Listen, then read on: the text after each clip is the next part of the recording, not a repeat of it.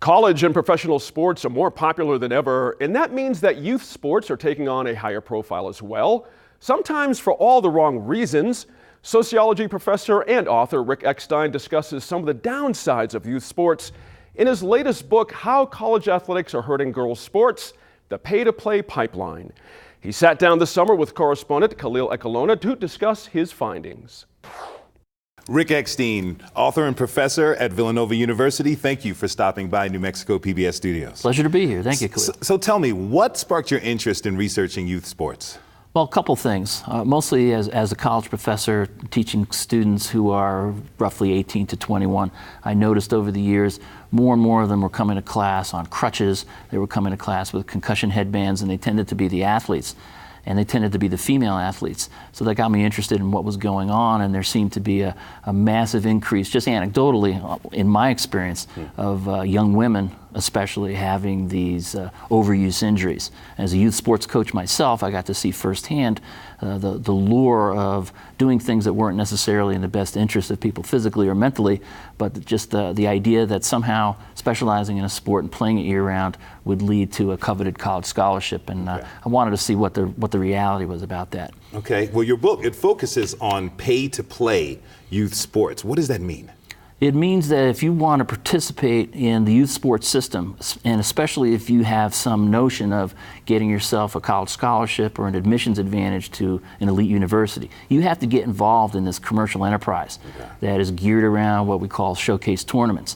And you can't just play recreational soccer or recreational sports anymore. You can't just play for your school anymore, because the college recruiters, who have pressures of their own coming from the bosses of higher education, they don't go to the schools anymore. They don't go to the playgrounds anymore, except in a couple of sports, a couple of male sports. Mostly they go to these pay-to-play tournaments where teams come from all over the country. People are paying $5,000 a year just to be on a team, and then thousands more to attend these tournaments. There could be 12, 14, 16 tournaments a year, and you have to have money to be able to get into the system.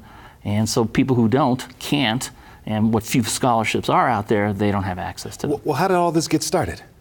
Well, there's always been scholarships, of course, for men, but in the wake of Title IX in the late 70s, and really it kicked in more in the 90s and the 2000s, there are many more opportunities at the college level started opening up for women to participate in intercollegiate athletics. And different sports have what I call different intercollegiate footprints. And those sports which developed the largest footprints and the most significant footprints tended to then create in its wake a youth sports system that was highly commercialized and tried to take advantage of these expanding opportunities, but also exaggerated these opportunities. And colleges and universities have done nothing to tamp down that exaggeration. In fact, they're probably most responsible for encouraging the misunderstanding of scholarships and admissions advantages. Okay, wow. Well, in youth sports, you and I were talking before we started taping, and you've been a recreational coach, I've been a recreational coach, but there's also these camps that you mentioned. What is the main difference between the two? Well, there's now different levels, more and more levels all the time of these youth sports opportunities, starting from, let's say, recreational, and township programs now, which are mostly recreational. They've started forming their own travel components. Sometimes even within the travel component, they'll have an elite travel component, and that's been going on. But that's not where the real growth is. Most of it is from a more private system outside of townships and cities, where companies have literally started, and they call themselves not-for-profit, but they're not, and they have marketed themselves as being a better way to navigate the youth sports terrain so that you can get that coveted scholarship. Let's face it, higher education, I don't know how old your kids are, but it's expensive. It's expensive. Yeah. Ironically, one of the reasons it's so expensive is that schools have been spending more and more money on intercollegiate athletics as opposed to instruction and research. Okay. So someone has to pay for that, and that's, interestingly, in a kind of circular way, caused people to look for more money to help pay for college. So these sports camps and these leagues and these travel teams cost a lot of money. What effect does that have on families who are just simply trying to get a scholarship for their young daughter? Well, they think that it's going to really grease the skids in helping them get these scholarships. Now, what happens is that they're more or less sold a bill of goods because they don't know how restricted the opportunities actually are. They've magnified the existence of these scholarships, the size of these scholarships, how much of an admissions advantage they might get to an elite university. So they go in with a complete befuddlement about what's going on. All right. And so they become very ripe for manipulation, and a coach or a trainer or a league or a team or a camp will say, look, this is the one. Look, we've got kids who came to this camp and now they're playing a Division I sport, or now they're in the Ivy League doing this. And sometimes it's true and sometimes it's not. In the book there's a little section, and I went through and I traced a lot of these camps and teams and leagues who claim to have players in certain places, and I couldn't find a lot of them. Okay. So a lot of it is just marketing and trying to sell your product and differentiate your product from someone else's product, which is pretty much the same thing. Yeah, and teen parents and families who are left out, just completely, there's very little chance for them to get their daughter into a school on a scholarship. Right, in non-revenue sports, and for women and girls, all the sports are non-revenue sports. For men and for boys, there's still an opportunity in basketball and football to kind of circumvent the pipeline. There's still recruiting that goes on in playgrounds and at high schools. Yeah. So high school football, whether you like it or not, is sort of class neutral. Anyone who can go to high school can play on the football team. There's a subsidy there from the school, but that doesn't exist in the non-revenue sports. You have to pay to play if you want to play in college. There's ways around it, but it's very, very difficult. Okay. Now, we were talking about the rising costs of going to college and university. Is this a direct correlation? Is that affecting youth sports in these camps? Yeah, my argument in the book is that it's actually causal, and that it's the policies of higher education and putting more and more emphasis on intercollegiate athletics as a way to cultivate their brand. They're less and less interested in instruction and research, because everyone does it. Yeah. So if they can come up with a visible team, if they can pour money into famous coaches, get themselves a championship, win a league, maybe someone goes to the pros. Appearance. That's right.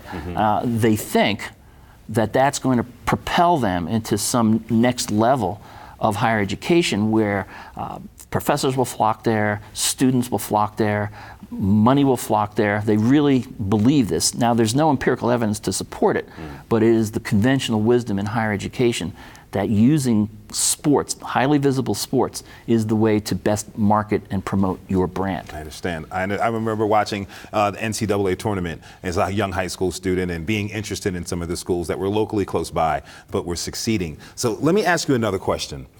Now, as far as the universities and these pay-to-play programs, we understand families are investing a lot of money into these pay-to-play programs for their child to get a scholarship. Now, will they receive, is there a match? Sometimes what I'm asking is, possibly, will the family spend more in these programs than the scholarship assistance they'll receive potentially? Generally, yes. Wow. Generally, far more. There are a couple of sports, and I didn't intend the book to be this way, but some people have already taken it. There are a few sports like rowing and ice hockey for females where you can get a pretty good return on your investment, because the intercollegiate footprint is expanding faster than the supply of athletes. So they're throwing money around at hockey players and rowers, but that's going to end. And another thing about hockey and rowing is that they're incredibly expensive. So in order to get into that system and get a return on your investment, you've got to have the capital up front in order to make that investment, and many families don't. Okay. Now, in your book, you claim that the NCAA is kind of a promoter and regulator of this system. What supports that argument? Well, it's more promotion by ignoring it. They sort of enable it. They haven't done anything to dissuade these pipelines from forming, because in their mind, as long as the recruitment is done fairly, and as long as at the college level the competition is not biased and it hasn't been jaded by some unfair advantage, they don't really care. And they would say, and I don't necessarily blame them for this, let the colleges and universities decide what their policies want to be. And if they want to stop spending millions of dollars a year recruiting at these showcase tournaments and go out and recruit at high schools, well, that's their business. And I would encourage colleges and universities to do that, because it's fair, and it would give people an opportunity to play college sports, which is a lot of fun at times. And why should you have to be rich or mostly white and suburban in order to participate in college sports. I mean, you look at the demographics of women's college sports, and it does not look like the United States. And it doesn't even look like higher education in the United States. It's very white, it's very upper middle class, and it's very suburban. Is that due to the corporatization of higher education? That feeds these commercial pipelines, which are pay-to-play pipelines and then very restrictive. So that's why I argue that colleges and universities would have to change their policies, and that might trickle down and affect the youth sports pipelines. Okay. Now, let me ask you one final question. We talk about, you have testimonials from players and families talking about the sacrifices that they make and what they have to go through in order to earn a scholarship. Now, but the scholarship system isn't the same. You were saying that there's only few sports with fully guaranteed scholarships. What is it in this scholarship system that we as the general public don't know? Well, we don't know how many scholarships are available per team, per NCAA level, Division I, Division II, Division III. The NCAA puts maximum numbers of what are called full scholarship equivalencies. That's the equivalent of a full tuition, room, board, books. Gotcha. So certain teams are allotted a maximum number of scholarships. So women's soccer, for instance, is allotted 14 maximum scholarships, which they then can divide up. But no school is required to give 14. So many give 12 or 10 or 8, and they still divide them up among an average Division I soccer squad is about 27 or 28 people. A baseball squad, you tell this to your nephew, right? A baseball squad is usually 35, 38 people, and a maximum of 10 and a half full scholarships that can divide it up among sometimes 30 or 40 people. So people are getting a 10% scholarship, and that does not compensate for the money that was put and invested up front by these families. So we don't know that. In colleges and universities and the NCAA, they're very protective of this information. And by not having this information, it's encouraging families to make really poor decisions because the money certainly isn't there. And the average amount that you would get for, say, a soccer scholarship is about $15,000 a year. Wow. If they had more of this information, perhaps they can make wiser decisions for the future for their kids. I would hope so. Excellent. Excellent. Well, Doc, Mr. Eckstein, thank you so much for coming on the show. Thank you, Khalil. Author of How College Athletics Are Hurting Girls Sports, The Pay-to-Pay Pipeline. Thank you. Thank you.